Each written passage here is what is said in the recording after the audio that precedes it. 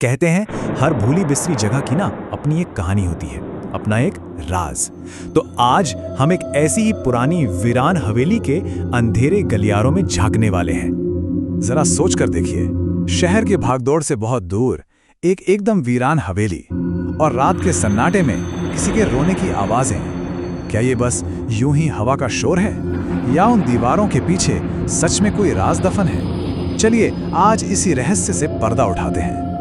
तो हमारी कहानी का सेंटर पॉइंट है रॉय हाउस।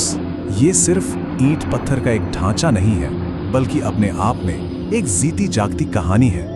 एक ऐसी पहेली जिसे सुलझाने की हिम्मत आज तक किसी में नहीं हुई। शहर के एकदम सुनसान कोने में खड़ी ये हवेली ना पता नहीं कितने जमानों से वीरान थी। आसपास के लोग तो इसे एक अनकहा डर ही मानते थे। सब कहते थे कि जैसे ही अंधेरा होता है, यहां से एक औरत की बड़ी दर्द भरी सिसकियां सुनाई देती हैं। और इसी खौफ ने हवेली को इंसानों की पहुंच से दूर रखा हुआ था। लेकिन कहते हैं ना, जहां डर खत्म होता है वहीं से तो असली जिज्ञासा शुरू होती है। और बस इसी जिज्ञासा ने तीन दोस्तों को वो करने पर मजबूर कर दिया जिसे करने की हिम्मत कोई नहीं करता था। ये थे आरव, नील और सिया। ये वो लोग थे जिन्हें सुनी सुनाई बातों पर यकीन नहीं था। उनका मकसद एकदम साफ था, रॉय हाउस का सच दुनिया के सामने लाना है। अब देखिए, वो लोग वहां खाली हाथ तो नहीं गए थे।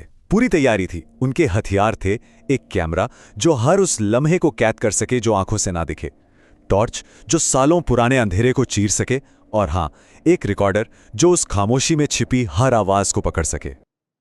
और जैसे ही हवेली का वो भारी दरवाजा एक अजीब सी चरमराती आवाज के साथ खुला ना, अंदर से एक बर्फीली हवा का झोंका आया जिसने उन्हें कंपा दिया। और दीवारों पर जो पुरानी धूल भरी तस्वीरें टंगी थीं, उनकी आंखें ऐसा लग रहा था मानो वो उनके हर कदम पर नजर रखे हुए हैं। अंदर का माहौल बहुत भारी था, सांस लेना भी मुश्किल हो रहा था। और ज्यादा देर नहीं लगी जब उनका सामना उस अनदेखी चीज से हुआ जिसकी उन्हें तलाश थी। सिया ने शायद अपनी घबराहट को छुपाते हुए सीधे कैमरे में देखकर उस खामोशी को चुनौती दे डाली। उसे शायद अंदाजा नहीं था कि उसकी आवाज का जवाब इतनी जल्दी मिल जाएगा। और फिर उस गहरे सन्नाटे को चीरती हुई एक बहुत ही सर्द फुसफुसाहट उनके रिकॉर्डर में कैद हो गई। एक ऐसी आवाज जिसमें जान नहीं थी, बस एक मैसेज था, यहां से चले जाओ। इस आवाज ने तो जैसे सबका खून ही जमा दिया था। नील शायद डर को कम करने के लिए इसे किसी की शरारत बता ही रहा था कि तभी ऊपर की मंजिल से किसी के चलने की साफ साफ आहट गूंजने लगी।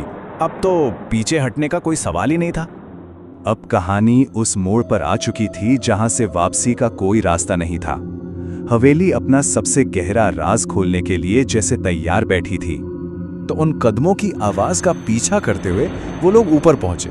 सामने एक बड़ा सा कमरा था, और उसमें धूल से ढका एक पुराना आईना जो शायद न जाने कितने दशकों से किसी का चेहरा देखने का इंतजार कर रहा था। और जैसे ही आरव की नजर उस आईने पे पड़ी, उसके तो रोंगटे खड़े हो गए।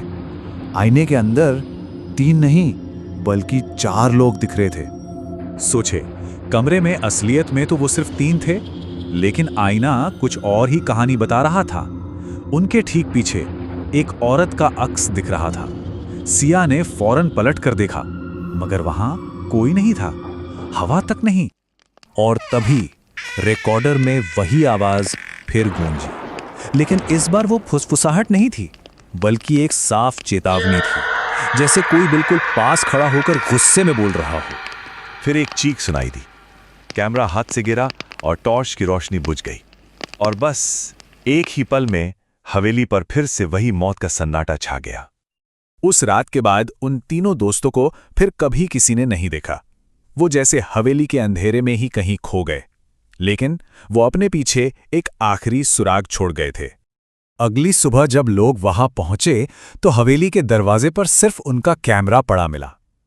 वो तीनों दोस्त कहां गए, ये आज भी एक राज बना हुआ है।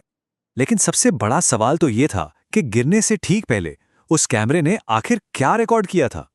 उस वीडियो के आखिरी फ्रेम में एक धुंधली सी परछाई थी।